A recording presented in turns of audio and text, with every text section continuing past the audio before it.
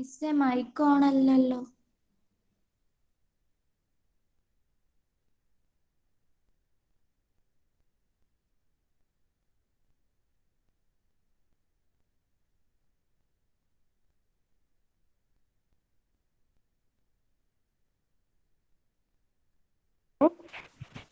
Hello hello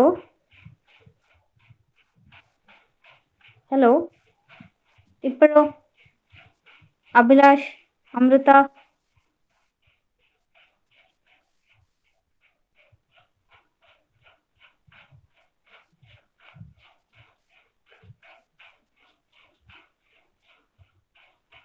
hello Amrita കേൾക്കുന്നില്ലേ? Hello Amrita കേൾക്കുന്നില്ലേടാ? Aswathy, ആ മിസ്സേ ഇപ്പോൾ ഓക്കെയാണ്.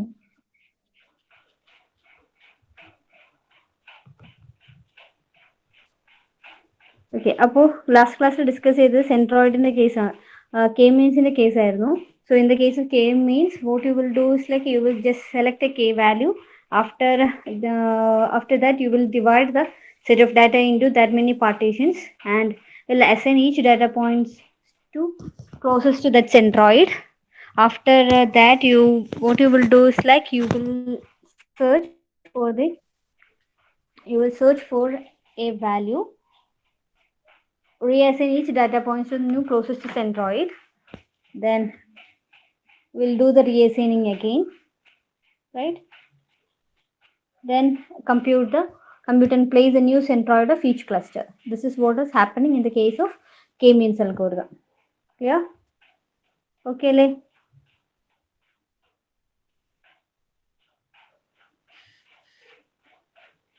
Okay, le? ശരി.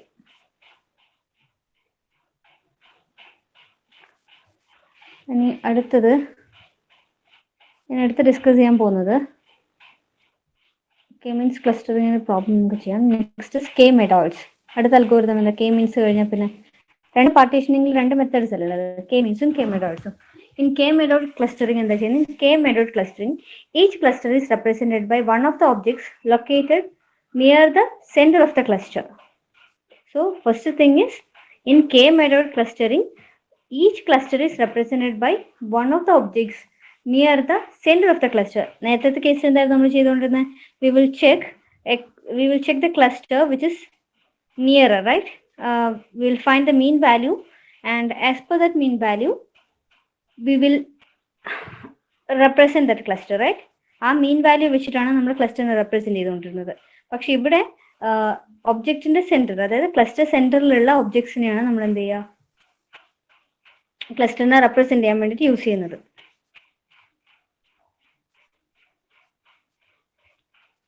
Okay, അപ്പോൾ we will see the methods. So first method is choose ki the number of clusters. അതായത് എത്ര ക്ലസ്റ്റേഴ്സ് വേണം ആദ്യം ചൂസ് ചെയ്യുക. After that select random k objects in D as the initial nearest representative of the seeds. അതായത് first you have to select എത്ര clusters വേണമെന്ന്. Then you have to select the random objects. Select a random k objects in the data set. That is the next step. Then as a third step, assign each data point or object to the closest representative object which form the cluster K. നമുക്ക് തന്നിരിക്കുന്ന ഒബ്ജക്റ്റിന്റെ ഏറ്റവും closest ആയിട്ടുള്ള point വെച്ചിട്ട് ഏത് വെച്ചിട്ടാണ് അതിനെ represent ചെയ്യാൻ വെച്ചാൽ അങ്ങനെ ഓരോ ഡാറ്റ പോയിന്റ്സിനെ അസൈൻ ചെയ്യാം. Then randomly select a non-representative object O. Compute the cost change S of swapping representative object OJ with O. Okay, അതായത് നമ്മൾ ഈ നോർമലി കെ മെത്തേഡ്സ് അൽഗോരിതം എന്താ ചെയ്യുക? It will find an object which is located near the cluster center to represent that, right? And here you will choose k value, k object is chosen, then you will find the nearest representative of the seeds. After that use this is a method, this is an example for using the k-method algorithm. So use k-method algorithm clustering to divide the data into two clusters ആണ് questions. അപ്പോൾ നമ്മൾ എന്താ ചെയ്യുന്നത്? ഇവിടെ തന്നിരിക്കുന്ന data നോക്കൂ, x1 x2 etc. 10 data ഉണ്ട്. അതിനെ രണ്ട് ഗ്രൂപ്പായിട്ടാണ് ഡിവൈഡ് ചെയ്യേണ്ടത്. So I M choosing the k values 2. k methodsൽ പറയാനുള്ള ഒരു ഇമ്പോർട്ടൻറ്റ് കൺസെപ്റ്റ് എന്ന് വെച്ച് കഴിഞ്ഞാൽ this K-means algorithm is actually more sensitive to outliers. So instead of taking the mean value of the object in a cluster, we can pick actual object to represent the cluster. That is why we are using this K-method algorithm. എന്തുകൊണ്ടാണ് K method algorithm use ചെയ്യാൻ തുടങ്ങിയതെന്ന് വെച്ച് കഴിഞ്ഞാൽ സാധാരണയായിട്ട് K means algorithm use ചെയ്യുന്ന സമയത്ത് it is more sensitive to the outliers. എന്താണെന്ന് വെച്ചാൽ instead of we are using a normal object, what we are using is like we are using the mean value of those objects, right? Mean value എന്ന് വെച്ച് കഴിഞ്ഞാൽ ഒരു ഗ്രൂപ്പിനെ represent ചെയ്യാൻ ഒരു good representative തന്നെയാണ്, but it is more sensitive to the errors, outliers. അപ്പോൾ അത് ഒഴിവാക്കാൻ വേണ്ടിയിട്ടാണ് instead of using the mean value, an idea came, why can't we use the same objects itself? So we can pick the actual object to represent the cluster using one representative object per cluster. That is the idea behind this K-method algorithm. So each remaining object is clustered with a representative object to which it is most similar. Like that, it is doing the clustering process. So here the partitioning method is then formed based on the principle of minimizing the sum of dissimilarities between the objects and its reference. So സാധാരണയായിട്ട് നമ്മൾ എന്താ ചെയ്യാന്ന് വെച്ചാൽ we will find out the absolute error criterion.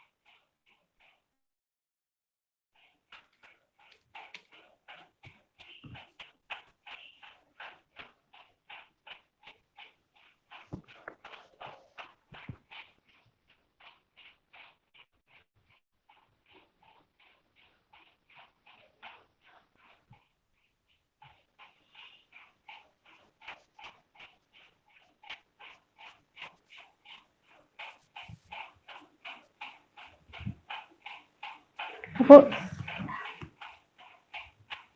ഈ തന്നിരിക്കുന്ന partitioning method we are using the same objects in order to represent it. So here what we will do is like we will do a partitioning absolute error criterion which is used and which is like this. Sigma j is equal to 1 to k, sigma p belongs to cj, p minus oj. ഇതാണ് method.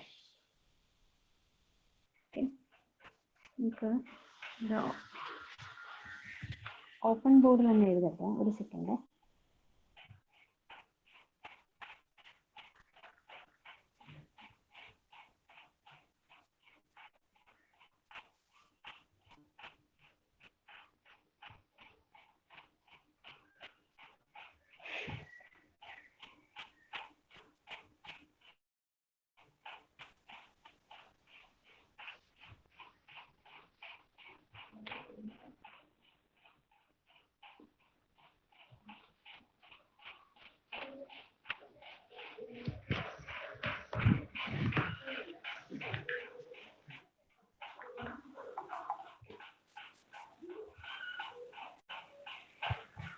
Error criterion is represented as E is equal to sigma j is equal to 1 to k, sigma p belongs to cj, p minus oj.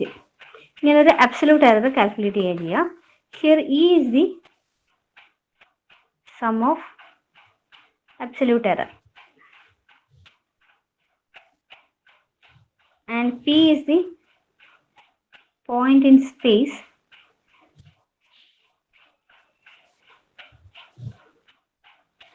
representing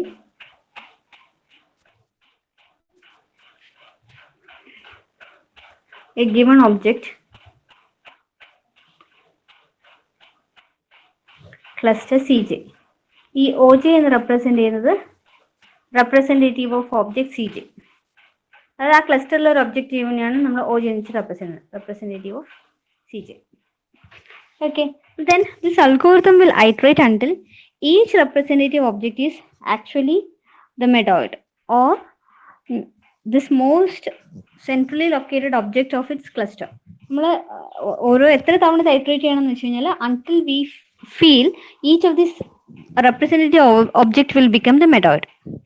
Okay, so here in k-medoid clustering, initial representative objects are chosen arbitrarily, and the iterative process of replacing these representative objects by non-representative objects continues as long as the quality of the resulting clustering process is improved. അതായത് നമുക്ക് തന്നിരിക്കുന്നതിൽ നമ്മൾ എന്താ ചെയ്യുക, രണ്ട് objective, ഒരു actual objective ഉണ്ടാവും, representative object ഉണ്ടാവും. നമ്മൾ ഓരോ തവണ ഇത് റീപ്ലേസ് ചെയ്യുക. എത്ര വരെ നമ്മൾ ഈ പ്രോസസ് കണ്ടിന്യൂ ചെയ്യണം?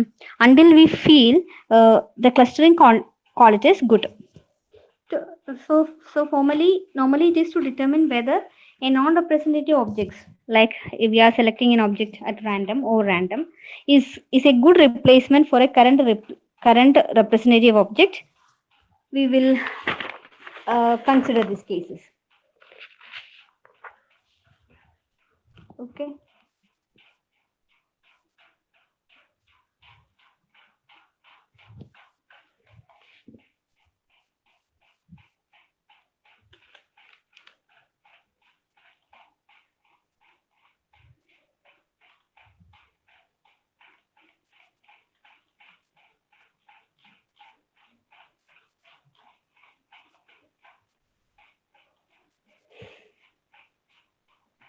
ഇവിടെ നോക്കൂ നിങ്ങൾ.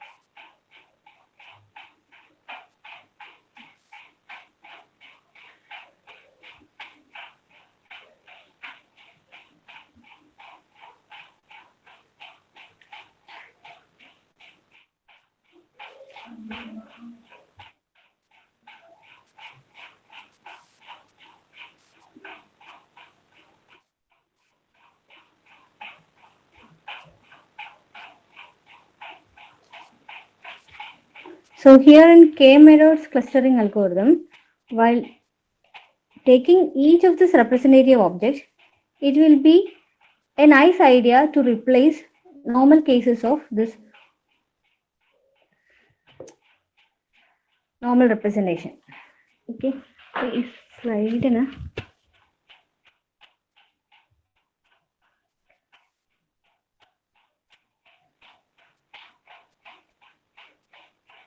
ഒരു സെക്കൻഡ് ഇടാ.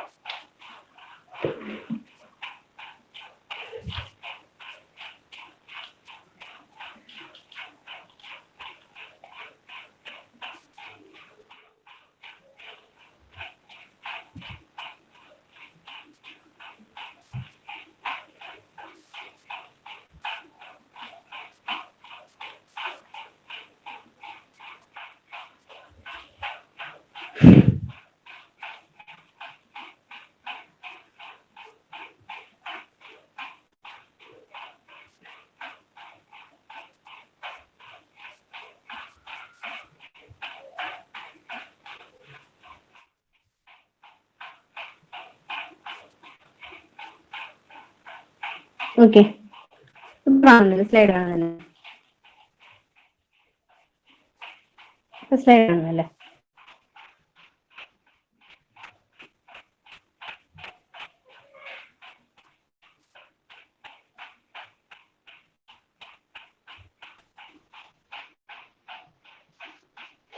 ഇതാണ് ശരിക്കും ഷാർപ്പിംഗ് മെത്തേഡ് എന്ന് വെച്ച് കഴിഞ്ഞാൽ എങ്ങനെയാണ് k-medoid അൽഗോരിതം വർക്ക് ചെയ്യുക എന്നുള്ളതിന്റെ ഒരു എക്സാമ്പിൾ ആണ് ഇവിടെ കാണിച്ചിട്ടുള്ളത്. k-medoid അൽഗോരിതം വർക്ക് ചെയ്യുന്നതിന്, ഹലോ ഇപ്പൊ കേൾക്കുന്നില്ലേ, k-medoid അൽഗോരിതം വർക്ക് ചെയ്യുന്നതിന് മെയിൻലി 4 കേസസ് ഉള്ളത്. Okay, so these four cases are ഇവിടെ നിങ്ങൾക്ക് ഒരു ഒബ്ജക്റ്റ് കാണുന്നില്ലേ, O I and O J എന്ന് റെപ്രസെന്റ് ചെയ്തിട്ട് കാണുന്നില്ലേ ഇവിടെ ഈ തന്നിരിക്കുന്ന ഇമേജിന് ഇല്ലേ? ഈ തന്നിരിക്കുന്നതാണ് ഒ ഐ. അവിടെ ഒരു പി എന്ന് പറഞ്ഞിട്ടൊരു പോയിന്റ് ഉണ്ട്.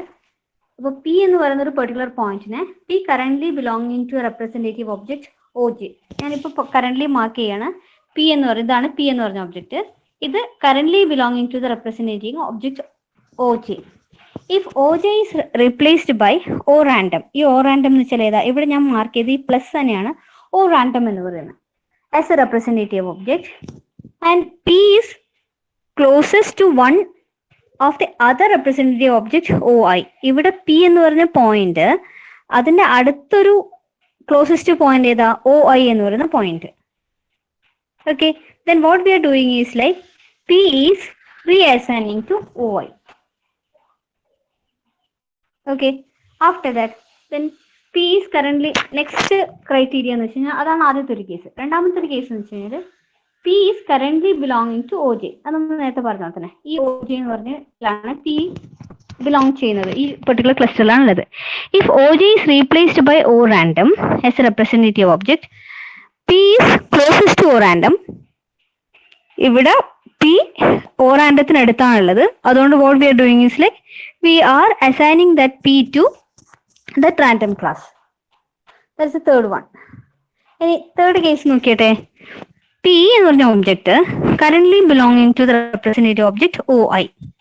If OJ is replaced by O random, ഈ OJ എന്ന് പറയുന്നത് replaced by O random as a representative object and P is നമ്മൾ ഈ ഒ ഐക്ക് പകരം നമ്മൾ ഒ ജെ ഒ റാൻഡം വെച്ച് നമ്മൾ റീപ്ലേസ് ചെയ്യാണ്. പക്ഷെ പ്രോബ്ലം എന്താന്ന് വെച്ച് കഴിഞ്ഞാൽ P is still closest to the representing object O I. Then we are not going to do any change. The assignment is not going to, it does not change. That is no change case. Then currently P, the object P belongs to object OI. OI എന്ന് പറഞ്ഞ ക്ലസ്റ്ററിലാണ് belong ചെയ്യുന്നത്. If OJ is replaced by O random as a representative object, then P is closest to O random, then P is reassigned to O random. ഇതാണ് 4 cases എന്ന് പറഞ്ഞത്. അപ്പൊ ഇവിടെ എന്താ ചെയ്യാന്ന് വെച്ച് കഴിഞ്ഞാൽ സാധാരണയായിട്ട് മെഡോയിഡില് നമ്മൾ എപ്പോഴും ഒരു ഒബ്ജക്റ്റിനെ വേറൊരു ക്ലസ്റ്റർ സെന്റർ ഒബ്ജക്റ്റ് വെച്ചിട്ട് റീപ്ലേസ് ചെയ്യുക.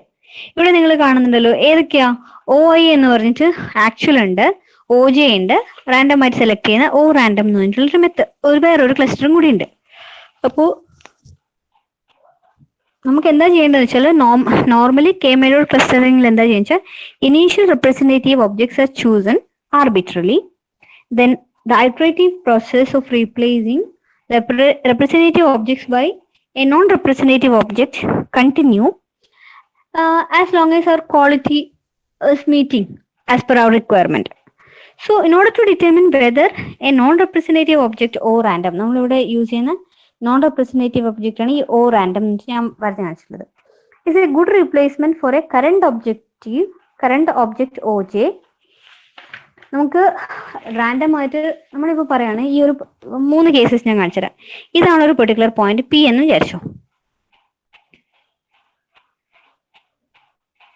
ഓക്കെ, അപ്പൊ ഞാനിവിടെ പി എന്ന് മാർക്ക് ചെയ്യുവാണ്. ഇതാണ് ഒ ഐ എന്ന് വിചാരിച്ചു. ഇത് ഒ ജെ, ഇത് ഒ റാൻഡം. ഈ 3 കേസിൽ ഓൾറെഡി നമ്മുടെ കറണ്ട് ഒബ്ജക്റ്റ് ആയ പി ബിലോങ് ചെയ്യുന്ന ഈ ഒരു ക്ലസ്റ്ററിലാണ്, ഒ ജെ എന്ന് പറഞ്ഞ ക്ലസ്റ്ററിലാണ്. അപ്പൊ നിങ്ങൾക്കറിയാലോ ഈ ഒ എയിലേക്കും ഒ ജെയിലേക്കും സെയിം ഡിസ്റ്റൻസ് ആണ്.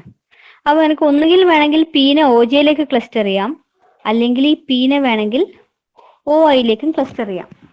Both are actually similar because P currently belonging to the representative object O J and if OJ is replaced by O random, നമ്മളിപ്പോ ഈ OJക്ക് പകരം O random ആണ് യൂസ് ചെയ്യുന്നുണ്ടെങ്കിൽ P is closest to the representing object OI. OI നാണ് ഇത് closest ആയിട്ടുള്ളത്. അപ്പൊ നമ്മൾ എന്തായാലും ചൂസ് ചെയ്യേണ്ടത് ആ ഒബ്ജക്റ്റിനെയാണല്ലോ. അതാണ് ആ കേസിൽ പറയുന്നത്. അതായത് നമ്മളൊരു റെപ്രസെന്റേറ്റീവ് ഒബ്ജക്റ്റ് വെച്ചിട്ട് ഓൾറെഡി ഉള്ള ക്ലസ്റ്റർ സെന്ററിനെ റീപ്ലേസ് ചെയ്യണമെങ്കിൽ you have to check some conditions. What are the condition? നമ്മൾ ഓൾറെഡി ഉള്ള ഒബ്ജക്റ്റ് കറണ്ട് ക്ലസ്റ്റർ സെന്ററിന് ക്ലോസസ്റ്റ് ആണെങ്കിൽ ആണോ എന്ന് ചെക്ക് ചെയ്യുക. In some cases, you may need to change to representative object OJ,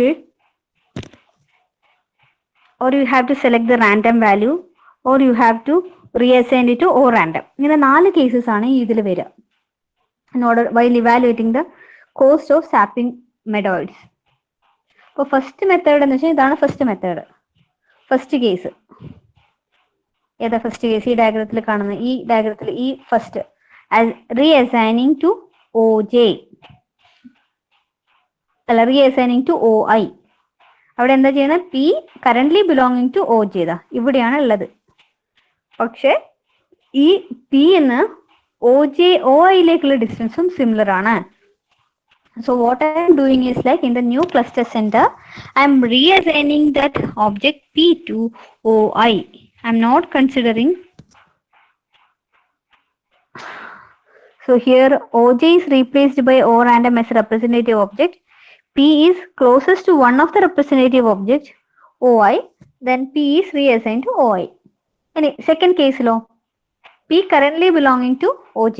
ഇവിടെ P എന്ന് പറയുന്നത് OJ-യിലെ ഒരു മെമ്പർ ആണ്. But OJ is replaced by O random. ഈ OJ-ക്ക് പകരം ഞാൻ O random വെച്ചിട്ട് ആ ക്ലസ്റ്റർ സെന്ററിനെ റീപ്ലേസ് ചെയ്യാണ്.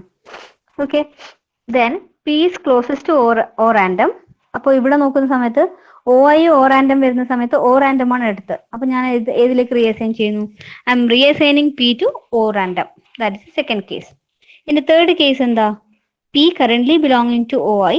OJയും O random ഉണ്ട്.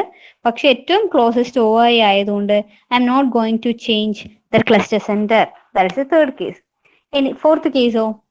OI and OJ and O random is there. Currently P belongs to representative object OI. അതാണ് ഈ സോളിഡ് ലൈൻ കാണിക്കുന്നത്.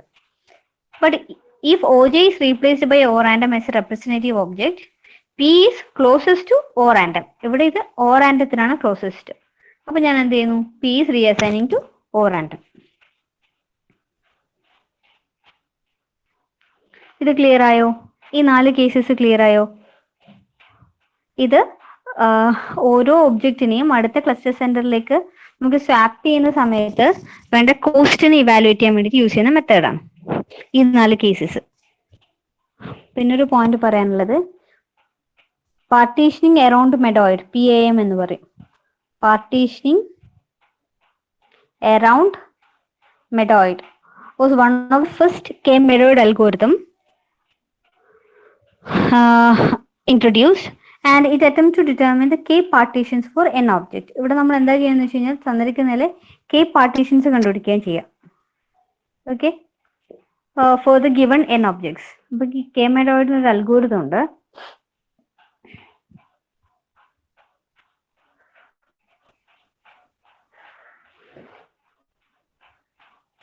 ഇതാണ് 4 കേസസ് ഞാൻ നിങ്ങളോട് ഇപ്പൊ പറഞ്ഞത്. ആ ഡയഗ്രത്തിന് 4 കേസസ് ഇല്ലേ? ആദ്യം റീപ്ലേസ് ചെയ്യുന്നത്, റീപ്ലേസ് ചെയ്യാത്തത്, നോ ചേഞ്ച്. K-medoid അൽഗോരിതത്തിൽ ആദ്യം ചെയ്യുന്നത് വെച്ചാൽ arbitrary choose A K objects in D as initial representative object. Then we'll assign each remaining object to the cluster with the nearest representative object. Randomly select a non-representative object O random. Compute the total cost S of swapping representative object OJ with random. Then if S less than 0, then swap OJ with O random to form the new set of K representative objects, and we have to repeat this until there is no change. Okay, അപ്പൊ അങ്ങനെ 6 cases ആണ് main ആയിട്ട് ഇതിൽ വരിക.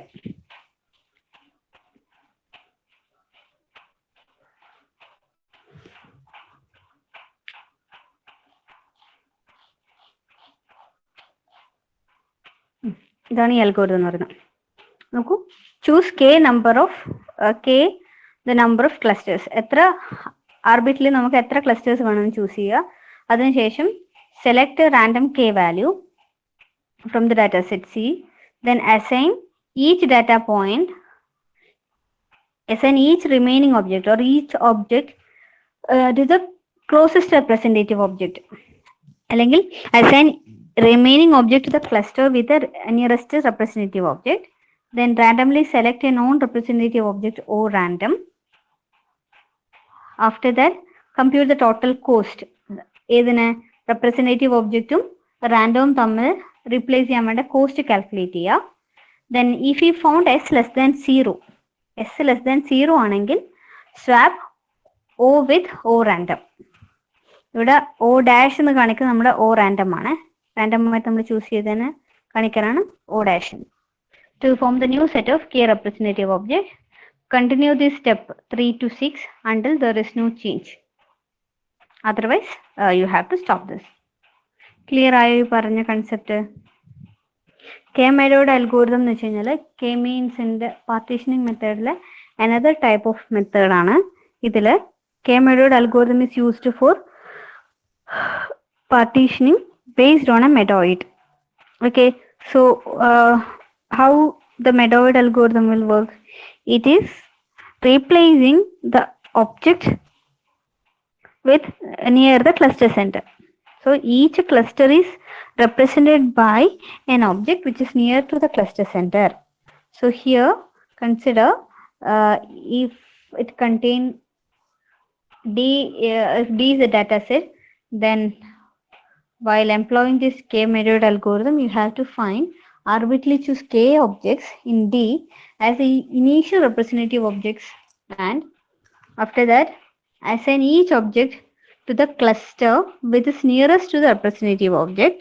അപ്പോൾ നമുക്ക് തന്നിരിക്കുന്ന ഓരോ ഒബ്ജക്റ്റിനെയും അതിനെ ക്ലസ്റ്റർ സെന്ററിന്റെ അടുത്തേക്ക് അസൈൻ ചെയ്ത് കൊടുക്കുക. Okay, then randomly select a non-representative object or random. Then compute the total cost of swapping, cost S of swapping the representative object with OJ with O random. ഇപ്പം എസ് ലെസ് ദാൻ 0 ആണെങ്കിൽ swap OJ with O random. Form a set of new set of k representative object. This is what is happening in the case of k medoid algorithm. ഇത് clear ആണോ? ഇതുവരെ clear ആണോ?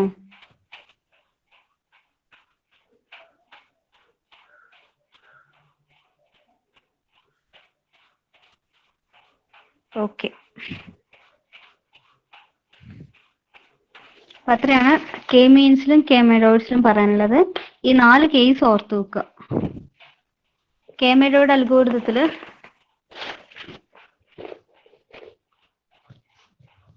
Normally K medoid algorithm work well with small data set. അതെപ്പോഴും note ചെയ്യേണ്ട point ആണ്. ഇതിന്റെ അഡ്വാൻറ്റേജസോ disadvantages എന്ന് ചോദിക്കാറുണ്ട്. അപ്പോൾ നിങ്ങൾ നോട്ട് ചെയ്യുക. ആദ്യത്തെ കേസ് എന്ന് വെച്ച് കഴിഞ്ഞാൽ ലെസ് പ്രോൺ ടു ഔട്ട്ലിയേഴ്സ് ആണിത്. എന്തുകൊണ്ടാ? മറ്റേത് മീൻസ് കെ മീൻസിലാണെങ്കിൽ മീൻ വെച്ചിട്ട് റീപ്ലേസ് ചെയ്യുന്നത് ഔട്ട്ലിയേഴ്സ് മോർ ആയിരുന്നു. But this is less prone to outliers and work well with small data set. To deal the large data set, a sampling method called ഇതിന്റെ large data സെറ്റിന് apply ചെയ്യാൻ വേണ്ടിയിട്ട് we will use Clarence എന്ന് പറഞ്ഞൊരു algorithm ഉണ്ട്. Clustering large application. Clustering large ആപ്ലിക്കേഷന്റെ പേരാണ്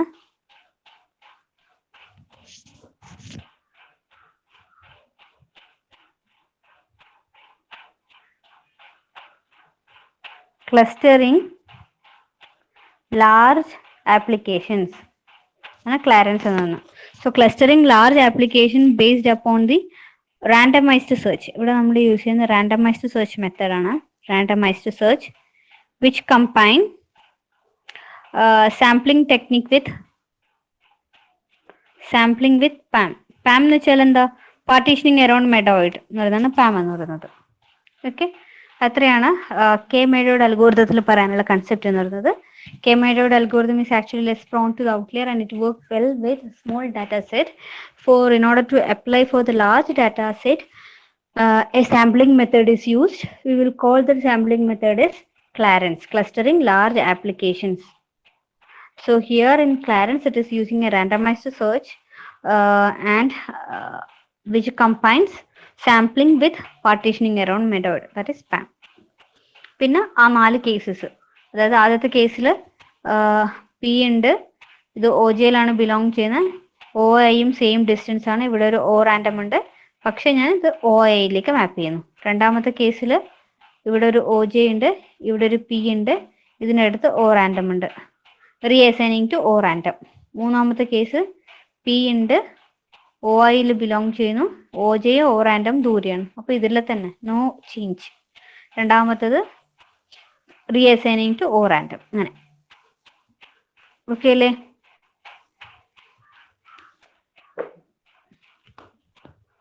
ഇത്രയാണ് കെ മെത്തേഡ്സിൽ പറയാനുള്ളത്. ഇതിന് രണ്ടിനും പ്രോബ്ലംസ് നമുക്ക് അടുത്ത ക്ലാസ്സിൽ ഡിസ്കസ് ചെയ്യാം.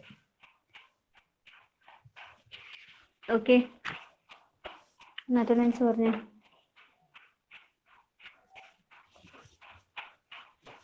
അഭിലാഷ്, അഭിനവ്, അൻസബ്, അഭിനവില്ല,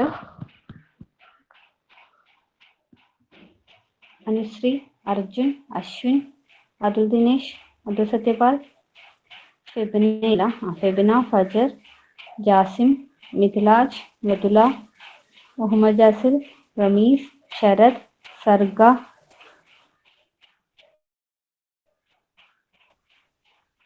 ഷബ്ന, സൗരഭ്, ശ്രീരാജ്, സുബിൻരാജ്, വിഷ്ണു, അമൃത, അശ്വതി. അശ്വതി ഉണ്ടോ? അശ്വതി ഉണ്ടോ? അശ്വതി ഇല്ല, അശ്വതി ഇല്ലല്ലോ.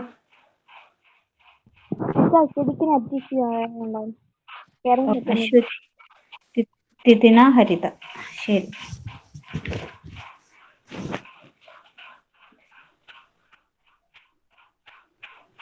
So currently I'll stop here. We'll continue next class. Okay.